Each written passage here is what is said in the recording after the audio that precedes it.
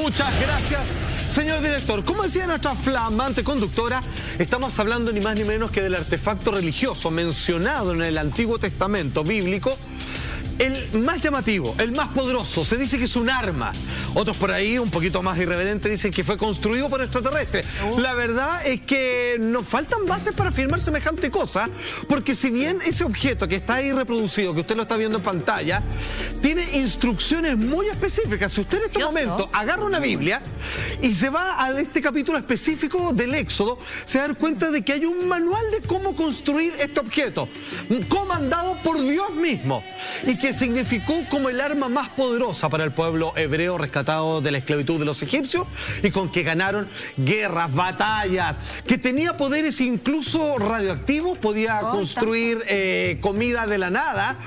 A cualquiera que se le acercase sin pedir el debido permiso, lo asesinaba, lo llenaba de tumores. Algunos decían que tenía un poder radioactivo, cierto, casi atómico. Un milagro, pero también implica mucha tecnología, al punto que si tú sigues esas instrucciones el día de hoy y fabricas el Arca de la Alianza, tal como está explicado en la Biblia, terminas haciendo algo así como un arma, que es muy peligrosa en términos de estática y que incluso funciona hasta como radio. Así que cuando algunos decían, utilizaban esto para comunicarse con Dios, puede que no sea tan loco. O puede que no sea comunicarse necesariamente con el Dios que nosotros conocemos. Ahí está el problema. Ahora uno, bueno, tú vas a detallar siempre toda la información respecto de esto. No sé si es prejuicio o no, pero a mí me rompe el esquema saber que podría ser un arma, y tan lindo que es, tan lujoso. Si tuviésemos que hablar de su material, ¿sería madera cubierto de oro? Exactamente. ¿100%? Esencialmente es madera, y que está recubierto por oro, así que incluso fue recibido de parte de las idolatrías que el pueblo hebreo tenía, y cuando Dios se enojó y castigó a medio mundo, obviamente, y que fue bien cruel el castigo.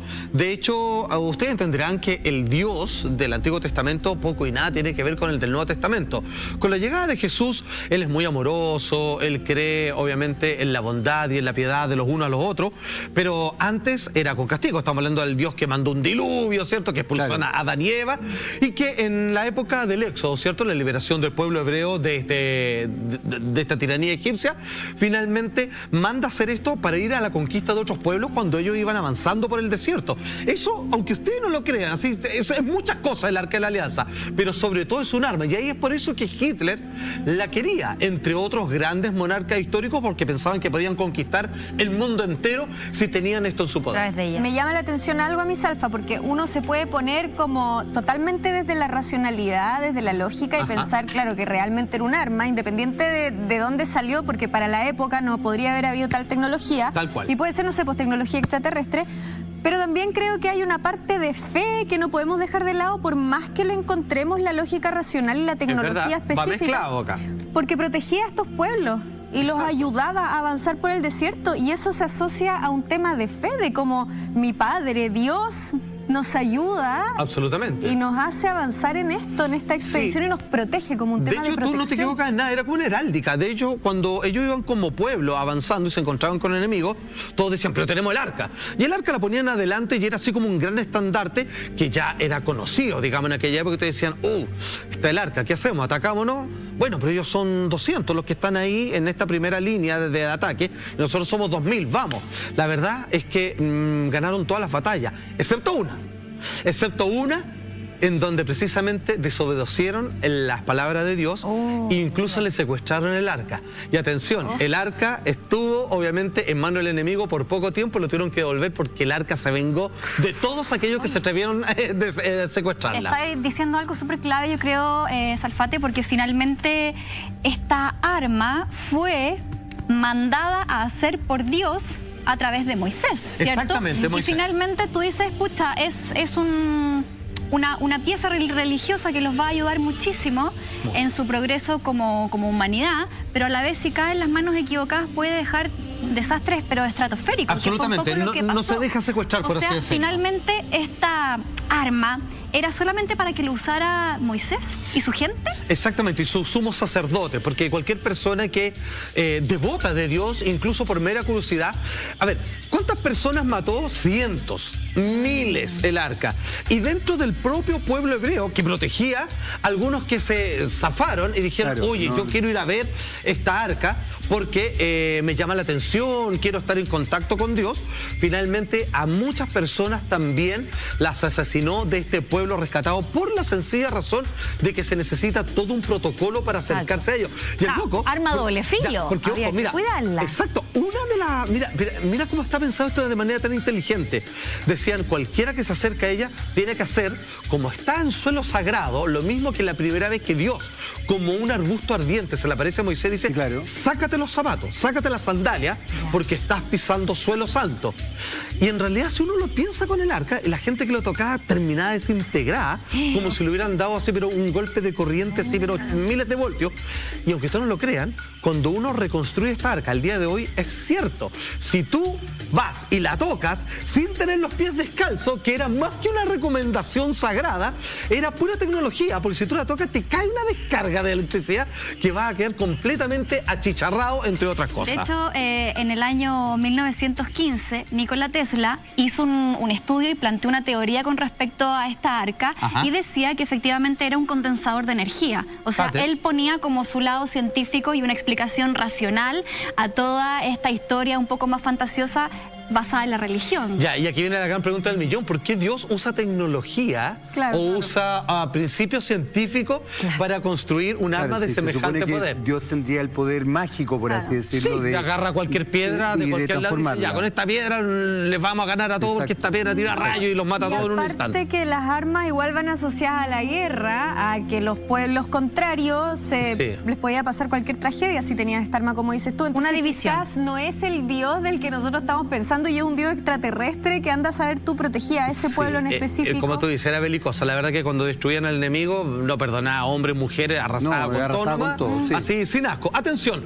quizá usted tiene en la memoria, en el inconsciente colectivo, el arca de Noé, ¿cierto? Claro, por ejemplo. Y no tanto el arca de la alianza, pero donde esto se hace completamente conocido, obviamente esto existe hace miles de años a partir de la Biblia, pero donde se hace popularmente conocido es gracias a una película de Steven Spielberg, que fue la primera cinta que se hizo respecto a la saga de este arqueólogo tan querido y conocido por el séptimo arte, como es Indiana Jones. Comparto con ustedes algunas escenas precisamente de Indiana Jones y los cazadores del arca perdida. Ahí está, cuando finalmente los nazis, porque esto, ojo, dentro de toda esta fantasía, es parte de una historia que no está del todo confirmada, pero por cierto escrito sí lo sabemos, que era fanático por capturar artefactos religiosos, Hitler, y ahí ellos están haciendo esta especie de ritual hebreo y que a algunos soldados nazis les molesta, por supuesto, digamos, en este odio que le tienen a los judíos, y destapan el arca, está amarrado, ¿cierto?, junto con su compañera Indiana Jones y Marion, le pide que cierre los ojos, porque lo que van a ver ahora es una descripción bastante gráfica de lo que el arca en varios capítulos de la Biblia hizo. Decía que en su interior, junto que lleva los restos de las tablas de los 10 mandamientos, ni más ni menos, dicen que a veces se veían salir rayos. Aquí nos representan como ángeles que en algún momento se van a transformar, ya ustedes ya verán, en demonios ahora, y comienzan a atravesar los cuerpos de todos aquellos que intentaron profanarla. Ojo, esto que están viendo en estos momentos que uno dice, ah, ya, pero esto es más de película, no es tan así. De hecho, los hijos de Aarón, que es quien acompañó a Moisés a encarar y hablar con el faraón y que le mostró todas las plagas, sus hijos murieron por tener un acercamiento indebido al arca y decían que eran como rayos que se metían por las narices o por cualquier orificio como los ojos, como lo que acabamos de ver, y que finalmente fulminaron y terminaron por achicharrar los cuerpos, siendo que eran los hijos del sumo pontífice de aquella época. Y las personas, en el fondo, que no miraban este hecho y la consecuencia de él al abrir el arca, ¿no tenía ningún tipo de daño, tal cual como lo vemos ahí también graficado? Buena pregunta. No lo mires, le dice, no lo mires. Ya, es que hay ser parte, cómplice un poco de lo... Es que hay parte del misterio, porque ¿dónde se guardaba el arca? Estaba así como en una tiendita, ¿cierto? Estaba encarpada. Ahí la tenían cuando no se estaba movilizando el pueblo. Cuando ellos viajaban, así como lo estamos viendo en estos momentos, aquí se la diere, esto estaba muy categóricamente escrito en la Biblia, la acompañaba encima de ella y como guiando, por ejemplo, al pueblo que estaba en mitad del desierto. ¿Para dónde tenemos que ir? Muy fácil. Ellos llevaban el arca adelante y había una columna, para que se entienda, así lo escribe la Biblia, es una columna vertical de una nube. Eso en el día. Y ellos seguían esta nube que estaba encimita del arca. Y donde iban, allá iban con el arca, iba guiándolo. Y en la noche, esa nube densa, vertical. O sea, no es una nube en el cielo así horizontal, sino que es como para arriba, Sí. ¿cierto? Como un si fuera omnicigarro. una nube haz, digamos. Exactamente, se transformaba en una columna de fuego.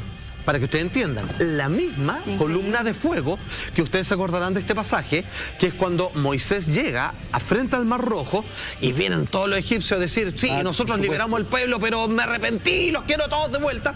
Y van con los carruajes y mientras con el arca y con el poder de Dios abren el Mar Rojo, ¿cierto? Hay películas que despampanantemente muestran esa escena, la columna de fuego sale y se coloca entre el ejército egipcio y el pueblo hebreo que comienza a pasar y que, ojo, para que ustedes entiendan, esa pasada de una orilla a otra se demoraron como un día, o sea, son casi toda una jornada completa, y la columna de fuego no dejaba avanzar al ejército. Esta que generalmente está guiando el arca se puso entre medio y cuando ya estaban todos pasando, desapareció, se metió todo el ejército egipcio, cayó el agua, se dejó de estar estas dos columnas abiertas y con sus trajes pesados, ¿cierto?, de guerra, no pudieron nadar y todos quedaron completamente sumergidos, ahogados, y en la orilla quedó el puro faraón solo, ya sin hijo, porque finalmente cuando desatan el ángel de la muerte, muere su primogénito, y ahora sin ejército, vuelve cabizbajo, digamos, a su reino donde ya no tiene esclavo. Hay algo que me llama la atención, Juan Andrés, porque en definitiva, el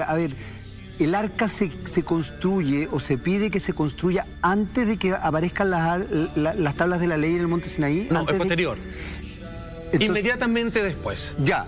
O sea, el arca en el fondo se transforma como en el contenedor de las tablas de la ley. Que es un arca. O sea, entendamos ya sea arca es un cofre. Es un cofre. Claro. Aquí vamos a guardar algo. ¿Y qué guardaban ellos? Eso. Sí, mira, eran varios objetos, pero principalmente, que esto era lo más importante, ustedes recordarán que está el decálogo. Dios, cuando libera al pueblo de Israel, dice, yo tengo por ustedes 10 mandamientos. No robarás, ¿cierto? No mencionarás el nombre de Dios en vano, no desearás la mujer de tu prójimo, no matarás, etcétera, etcétera. Ya, y cuando baja con estas tablas escritas, ¿cierto?, Moisés, y ve que estaban todos poco menos que en orgía, las destruye, ¡pa! Y después tiene que volver a hacer otras. Y esas, las originales, son las que se están guardadas dentro de esta arca. O sea, lo que lleva, además, en su interior... Mira, yo no sé si voy a ser muy frívolo lo que diga, pero esa arca está perdida. Oficialmente nadie sabe, o sea, hay alguna idea y las vamos a decir dónde debiera estar, que es lo que los historiadores aceptan, pero oficialmente está perdida hace más de 2600 años, desde ahí que está perdida. Pero el valor de eso es algo que dicen que, por ejemplo, otra vez se hacía un cálculo de cuáles son los objetos más costosos. Y entonces decían, el diamante de Tumbuctú, que es de este porte, que vale 8.000 billones de dólares. Ya, otra cosa. Está la Mona Lisa, que vale incalculablemente no sé cuánto. Y estaba también el Arca de la Alianza, se la encontraban, y eso salía muy claramente, así como no tiene precio. No tiene precio. O sea, porque sería una fastuosidad enorme, o sea, serían bóvedas y bóvedas llenas de oro para poder pagar si es que se le pudiese poner algún tipo de precio, no valor, a esto que es, insisto, es el objeto religioso, bíblico, más misterioso y que las instrucciones de su fabricación están en la Biblia con todos los detalles. Vale decir, si usted tiene el tiempo y la plata, porque va a tener que necesitar harto oro, usted puede hacerla. Pero para que ustedes lo entiendan, esto se ha reproducido en varias universidades y han descubierto cosas que realmente a todos les deja asombrados.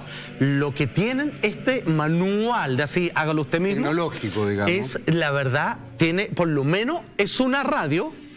Y también, obviamente, es un arma que una persona del siglo XXI, completamente civilizada, si la toca descuidadamente, podría morir tal como estaba indicada, obviamente, en la Biblia.